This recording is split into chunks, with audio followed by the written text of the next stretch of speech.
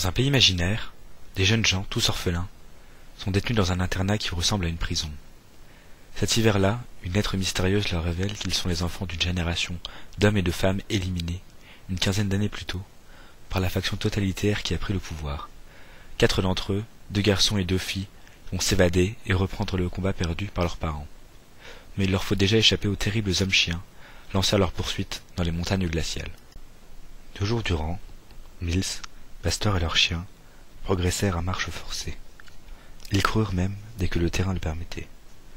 Chaque fois qu'on pouvait couper, Mills n'hésitait pas et entraînait sa troupe dans des passages escarpés ou même envahis de broussailles. Régulièrement, les hommes-chiens flairaient le sol dans le but de retrouver la trace de Bartholoméo et Milena. Ils arrivèrent au refuge dès le 2e soir.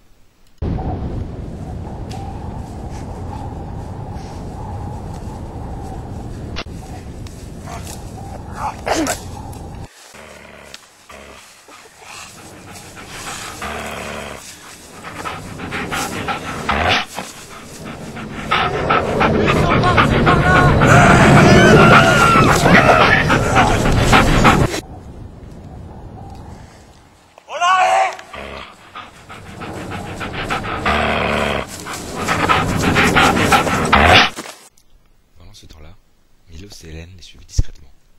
Il fallait faire attention, car si jamais ils étaient repérés, les hommes-chiens n'auraient aucun scrupule à se défaire d'eux. Ils se cachaient derrière les arbres, et la neige était arrivée. Le froid s'était installé, et la nuit commençait à tomber. Il fallait vite arriver au refuge, où Pasteur et Mills dormiraient, si ceux-ci ne voulaient pas mourir de froid.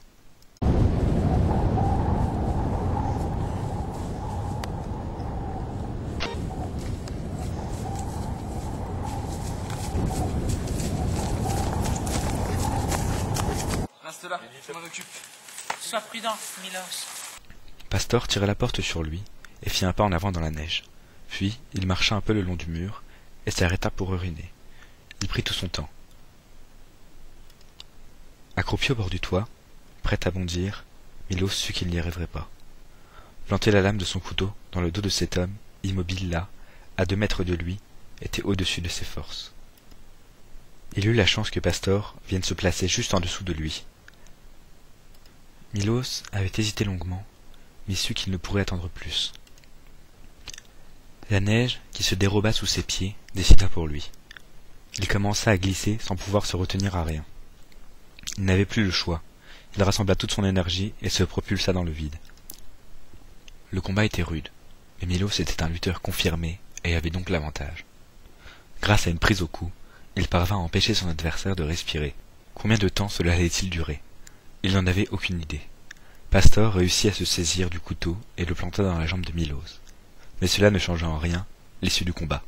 Pastor succombit quelques instants plus tard. Hé Pastor, tu fais quoi? Une envie pressante.